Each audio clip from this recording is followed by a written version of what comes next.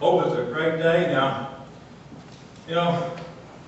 I'm reminded of several things this morning. If you look in the dictionary and look up the word father, it appears just before the word fatigued. And I completely understand that. So if you're a father and you're fatigued today, well, happy Father's Day. Things have changed over the years, but back when we had old home phone, and back before we had cell phones, Mother's Day was the biggest day of the year for phone calls from children back to home. Now, the second biggest day, believe it or not, was Christmas. And the distant third was Father's Day. But here's what the phone companies would tell you. Father's Day was a day that they made more money than any other day of the year because of all the collect phone calls. We don't have to worry about that in our cell phones, do we? So, and as you know, in church, when we celebrate Mother's Day, it's a big thing. The pews are packed, everybody's in here. Well, they come to church with their mothers. Well, when you look at Father's Day, well, where's the father? They're probably already out there with the grill started somewhere. Or like that video, they take the family camping. And I remember one year on Mother's Day, one of our sons and his wife came over and planted flowers out through my wife's flower bed. And when Father's Day rolled around, they showed up again and wanted to know when I'm going to fire the grill up and start cooking. But a lot of times when it comes to Mother's Day and Father's Day, on Mother's Day, the preacher will get up there and they'll talk about how good the mothers are, how sweet they are, and how they've done such a good job of raising their children. And then when it comes Father's Day, it's time to hammer on the dads. Well, I don't believe in that. So I'm going to try to lift the dads up today. And we're actually going to be in the book of Luke, chapter 15, verses 11 through 31. Yeah, that's the story of the prodigal son. But we're going to talk about the father. There's several sermons you could write about the prodigal son. Of course, you could write about the prodigal son, you could write about the father, and you could also write a sermon about the son that stayed home and got upset. But today we're going to look at the father. I could tell this morning, starting about 6:30 this morning, that my boys were getting out of bed. As I got them coast to coast, we got Chris and Joe, I had to think from Chris and Joe on the East Coast, we got Josh on Mountain Time, and we got Kenny on Pacific Time, and I could tell as they were getting out of bed, I'd get a text, Happy Father's Day. Now, will I get a phone call? Probably not. They already sent me a text. No. And that's okay with me. At least they thought of me. But this morning, we're going to look at this. I want to talk to the dads about the positive aspects of fatherhood. So as I said, we're going to talk about the prodigal son. Now, when we look at the prodigal son, look at the dad in the story here, he's a good father. He really is. In fact, he's a perfect father. Because Jesus is telling the story here, and what he's doing, he's picturing the Heavenly Father to us. But today I want to look at 5 different characteristics of this Father as Jesus tells us about him. So if you would, look at Luke 15, starting with verse 11. It says, And then a certain man had 2 sons. And the younger of them said to his father, Father, give me a portion of goods that fall to me. So he divided to them his livelihood. And not many days after, the younger son gathered all together and journeyed to a far country. And there wasted all his possessions with prodigal living. But when he had spent all, there arose a severe famine in the land. He began to be in want. Then he went and joined himself to a citizen of that country, and he sent him to his fields to feed swine. And he would gladly have filled his stomach with the pods that the swine ate, and no one gave him anything. But when he came to himself, he said, How many of my father's hired servants have bread enough to spare, and I perish with hunger?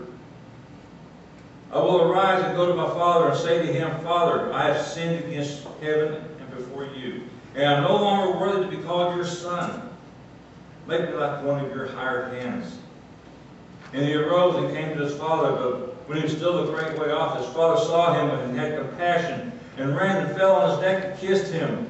And the son said to his father, Father, I have sinned against heaven and in your sight, and am no longer worthy to be called your son. But the father said to his servant, Bring out the best robe and put it on him, and put a ring on his hand and sandals on his feet, and bring the fatted calf here and kill it, and let us eat and be merry. For this is my son. He was dead and is alive again. He was lost and is found, and they began to be merry. Now his older son was in the field, and as he came and drew near to the house, he heard the music and dancing. So he called one of the servants and asked what these things meant. And he said to him, Your brother has come, and because he has received him safe and sound, your father has killed the fatted calf. But he was angry and would not go in. Therefore his father came out and pleaded with him. So he answered and said to his father, Lo, these many years I have been serving you. I never transgressed your commandment at any time, and you never gave me a young goat that I might make merry with my friends. But as soon as this son of yours came home, who has devoured your livelihood with harlots, you killed the fatted calf for him. And he said to him, Son, you are always with me, and all that I have is yours. It was right that we should make merry and be glad, for your brother was dead and is alive again, and was lost and is found. First of all, we'll want to look at is this father provided the basic needs for his family. The father in the story of the prodigal son, this guy was well off. He was well-to-do. He had an estate. He had an inheritance for a son that was large enough that his son could enjoy an extravagant life for a period of time. He had enough money so they could put a ring on his son's finger. He was able to kill the fatted calf and put a robe on his shoulders and hired musicians to have a big celebration when he came home. So this was a man of means. He was wealthy. We've always recognized, especially on Father's Day, that part of the job of every father is to provide for his family, to make sure that there's food and shelter and clothing. In fact, Paul writes in 1 Timothy chapter 5, verse 8, But if anyone does not provide for his own, and especially for those of his household, he has denied the faith, and is worse than an unbeliever. So part of our job as fathers is to provide. You know, I remember our boys when they were growing up, it probably would have been cheaper if we bought a milk cow with all the milk in it. I remember we'd get ready for breakfast before school, and the boys would pull out mixing bowls and their own box of cereal, and then you'd go through a gallon of milk for breakfast. Our young son still eats like that. He still gets out the mixing bowl and the gallon of milk and everything for breakfast. But you know, the U.S. Department of Agriculture, every year they do a survey to determine the cost of living in this country. They'll study up to 5,000 families to find out how much it costs to raise children. And if you ask me, the findings are extremely interesting. The latest figures that I have indicate that if you're in the average family of the survey, making about $60,000 a year and raising 2 kids, it costs you about $11,972 per child per year. And as they get older, it gets more expensive. By the time your child is a teenager, that child is costing you over $13,000 per year. I remember when the boys left home, and the last one finally moved out, and we started buying some new things for a change, rather than those second-hand stuff. One of them came to me and says, Dad, how come you couldn't buy the stuff when we were at home? I said, I got 4 reasons, and you're the first one. In fact, I remember when I went to the Air Force. I was out of high school 10 days, and I was gone to basic training. I went to basic training. I got sent to Shoot Air Force Base in Illinois for my advanced training. And at Christmas time, we all got 2 weeks leave to go home. So I called my dad and said, hey, I'm coming home on leave for Christmas. He said, oh, you are? I said, yes. He said, well, I guess I better give you our new address because we've moved. I said, what do you mean you've moved? Yeah, we bought a new house. And of course, that's the same thing my boys asked. Well, why didn't you buy this when I was home? Well, that's how much money we saved when you left. It's true, isn't it? You go borrow money at the bank, they ask how many kids you got. There's a reason for that. I don't know if that's true or not. But when you look at the kids, over the time you're raising them, they say you'll spend over almost $224,000 per child raising them. And if you send them to college, that's going to be more like $300,000. And of course, if you have 2 children, you're going to double that amount. So think about it. If you had 2 kids, and you spend, say, $250,000 to raise that child, and you have 2, there's $500,000. Just think what we could do with that. We could buy a big fancy house. You wouldn't be buying a fishing boat, you'd be buying a yacht. We would be driving an old Chevy pickup, you'd be driving a Mercedes Benz. That's a lot of money. But that's a really good reason to say, Dad's the guy with a wall full of pictures where there used to be money. You walk up to a dad that has 2 or 3 or 4 kids, and you see him open up the wall, the first thing they do is blow the dust out of it. Clean out the cobwebs. So,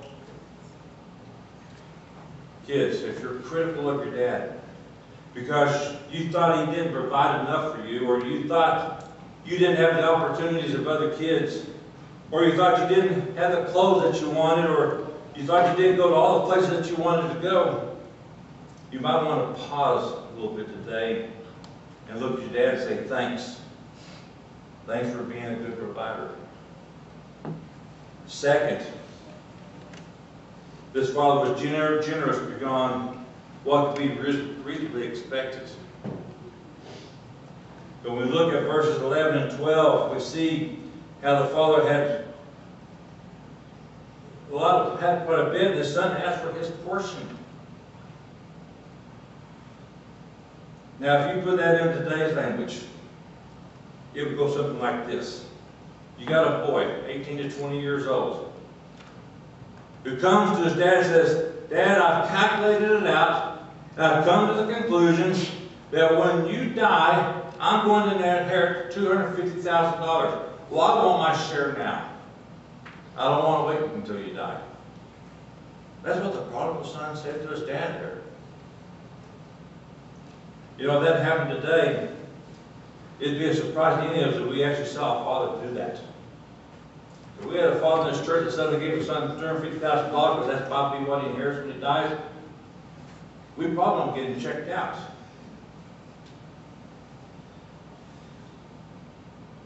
But this father here that we read about in Scripture, he knew his son was going to the faraway country anyway. Whether or not he gave him his inheritance or not, he's going to go. He knew there were lessons his son had to learn on his own. Trust me, 10 days out of high school,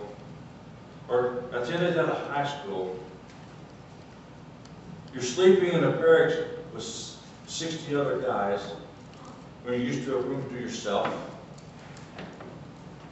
And at 0500, and if you ever wonder why the military says 0500, that O means, oh man, that's early. At 0500, the lights come on. These 2 guys in uniform with these smoky bear hats are banging these trash cans down the center of the aisle, screaming and yelling for you to get out of bed. And the first thing that comes to your mind is, what have I got myself into?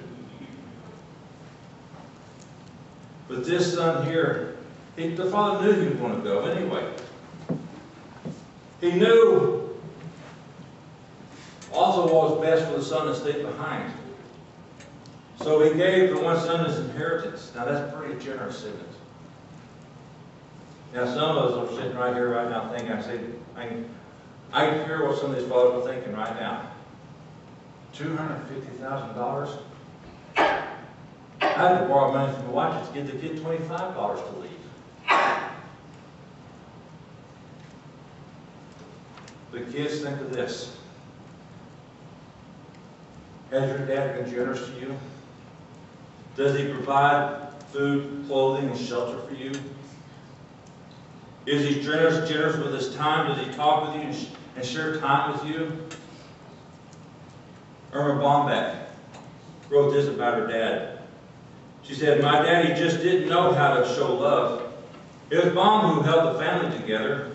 He just went to work every day, and when he came home, she had a list of sins we committed, and he would give us what for about them. I broke my leg once on a swing set. It was Mom who held me in her arms all the way to the hospital. Dad pulled the car right up to the emergency door, and when they asked him to move it because the space was reserved for emergency vehicles, he shouted, 'What do you think this is, a tour bus?' Mom carried me in while Dad parked the car. It seemed like all my life Dad was parking the car someplace, coming in wet and half frozen. Dad was always sort of out of place. At birthday parties, he just busied himself blowing up balloons, setting up tables, and running errands. But it was Mom who carried the cake with the candles on it for me to blow out. I remember when Mom told him to teach me how to ride a bicycle. I told him not to let go, but he said it was time, so I fell. And Mom went to pick me up, but Dad waved her off. I was so mad that I showed him. I got right back on that bike and rode it by myself. He didn't even feel embarrassed. He just smiled.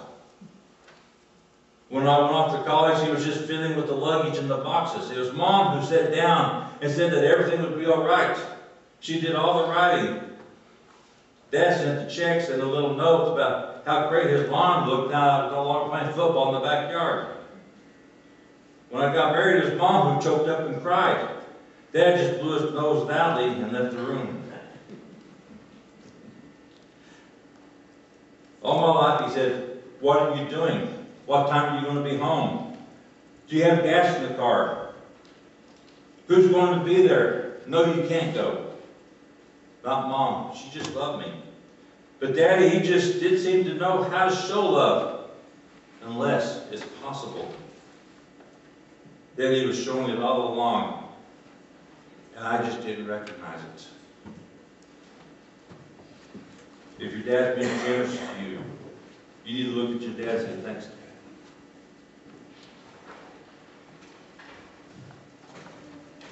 Third thing I want to look at is this father gave his son space when it was appropriate. He gave them space to be their own.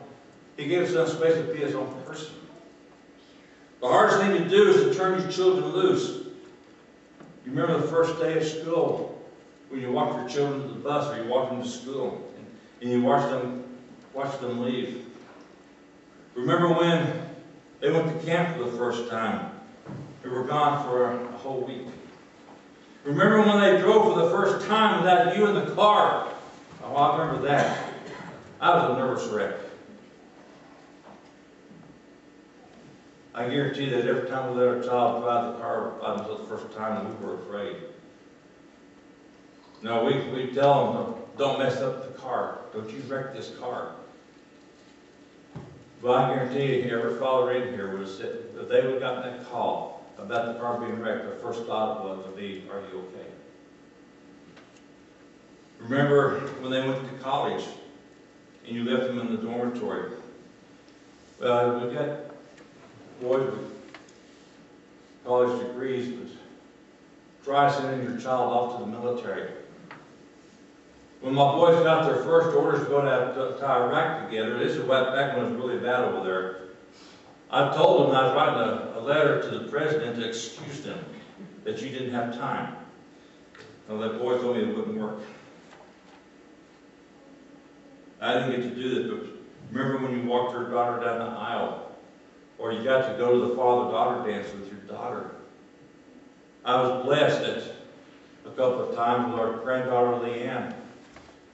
One time when Joe was in Iraq, and another time when he was in Afghanistan, Leanne called me up and said, "Pop, will you take me to the father-daughter dance? The first time, she was only, I think, 6 years old.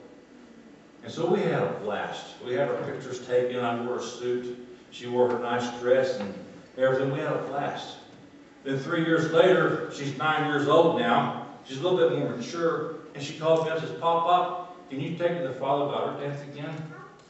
Well, sure. So I dressed up again, and she was all dressed up, and she told me on the way there, Pop, this is kind of like a sock hop. They're going to be playing old music, like you know. Well, we had a good time. We were dancing, but then Chubby Checker came on. The twist.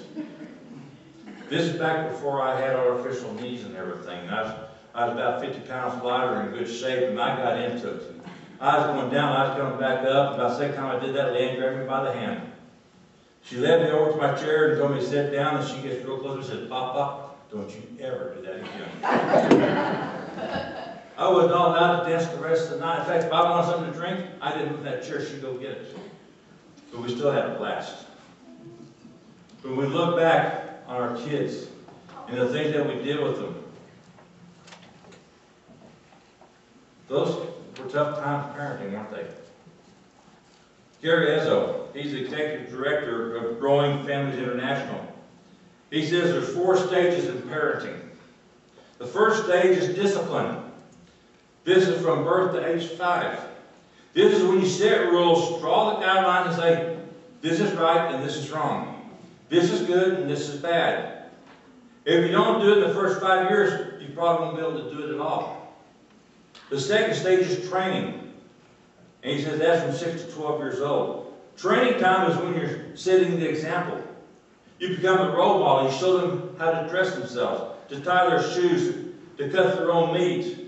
It's training time when you actually are modeling for them and they're watching you. This is a time, fathers, when you come home from work and your wife meets you at the door, and one of your sons has done something, her first comment is, they're just like you. I always thought that was a compliment. The third stage is called coaching. That's ages 13 to 19. During this phase, the child is actually in the game, and you're the coach on the sidelines. You're not playing the game for them. They're playing it themselves.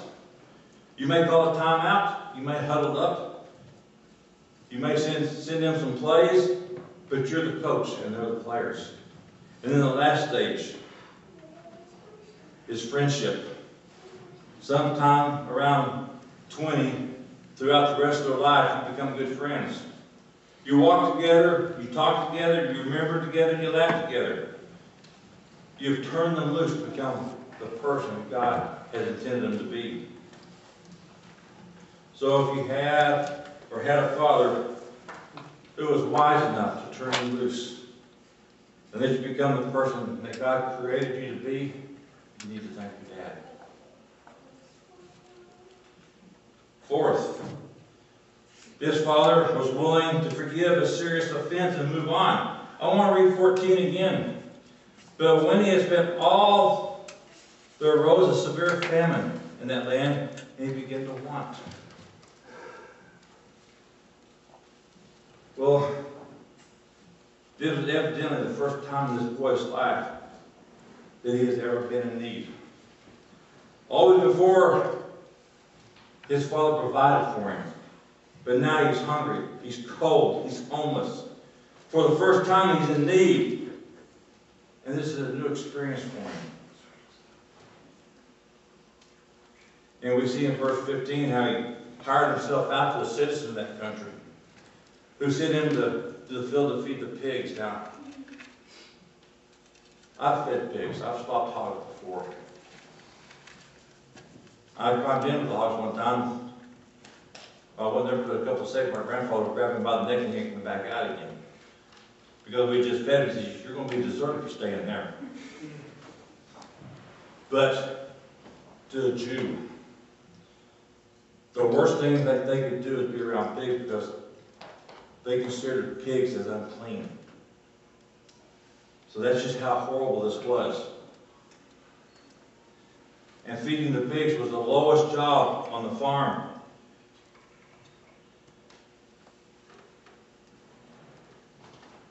And then this man's child, he's sitting there and he's thinking, all of a sudden the light comes on, and he says, "This doesn't make sense. I left home because I thought Dad's rules were too strict. I left home because I didn't like it there. I left home thinking that life on my own would be so much better. But now I'm here, I'm hungry, I'm feeding pigs. This is about as bad as it gets. I'm so stupid. I need to do something else." And it says in verses 18 and 19 that he went back to his father. Now in those verses, there's a word used there called the word of make. Here's a big difference. Before his experience in the hog lot, the boy was constantly saying to his dad, "Give me, give me. Give me what is mine. I want what is mine. Give me my inheritance now." Now he's ready to go home and say, "Make me."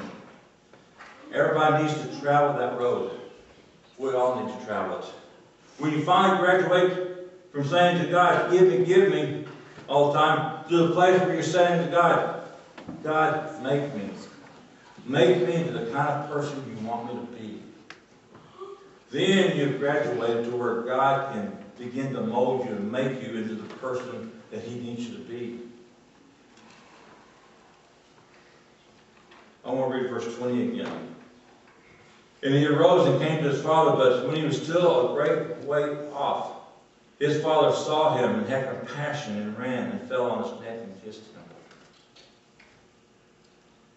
That's a beautiful scene right there, isn't it? I don't know about the rest of you, when I read something, I actually visualize it when I'm reading it. I actually see this father seeing his son far off, walking toward the house, and his father sees him, and he runs down this long driveway and meets him, grabs him and hugs him and kisses him. Well, here's what's going to happen nowadays. They'll take the hug, they'll take that. But nowadays, I don't know what it is when kids get grown up, they really don't like kisses from dad anymore, do they? We was in our Bible study the other day. I couldn't get any volunteers to do this, because what the Father did was scriptural there. In the New Testament, we're told as Christians we should greet each other with a kiss. I couldn't find anybody that would kiss John. His wife was there too. But that's what this father did. He greeted his son with a kiss. So here's his son, a son that rebelled against his father, and he's coming back home again. If you or I had been his father, we probably would have given him an earful. "I told you so." Or maybe you should have listened to me before you took off and done this. But this father didn't. This father ran down, met his son, gave him a hug and a kiss. And then we look at verses 21 through 24.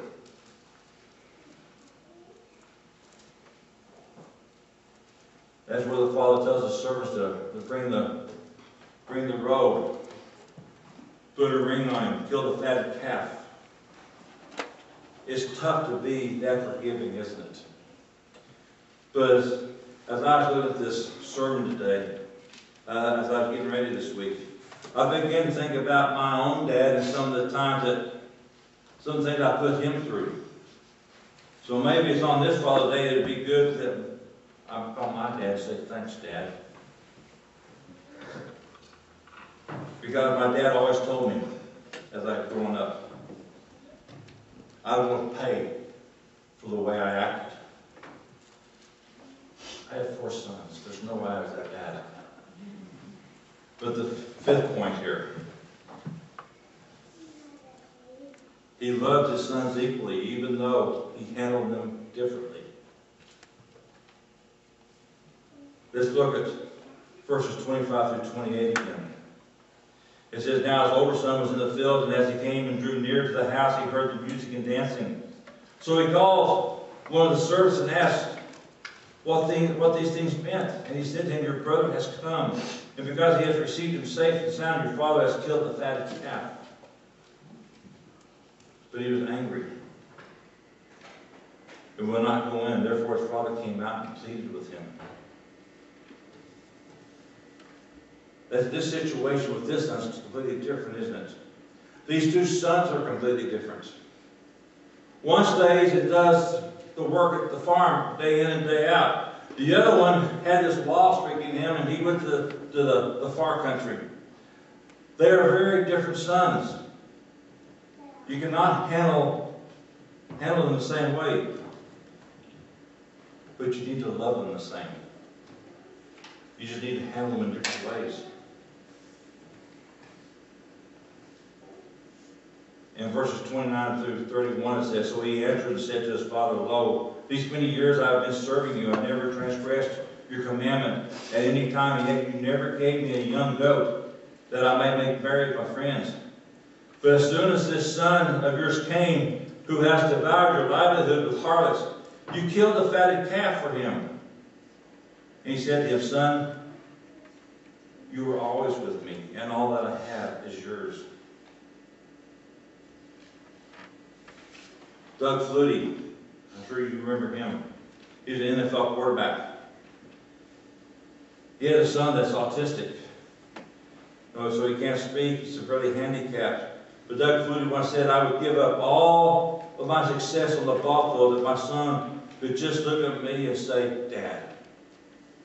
If he could just say that one word, if he could just say, Dad. I wonder sometimes if God doesn't think about us that same way. He says, if only my children would recognize me and realize that I'm their father. He is taking care of our basic needs. Our Father in heaven is generous beyond all expectations. He has given us space to be ourselves. He has forgiven us over and over and over again. Please stand with me as we have our invitation this morning.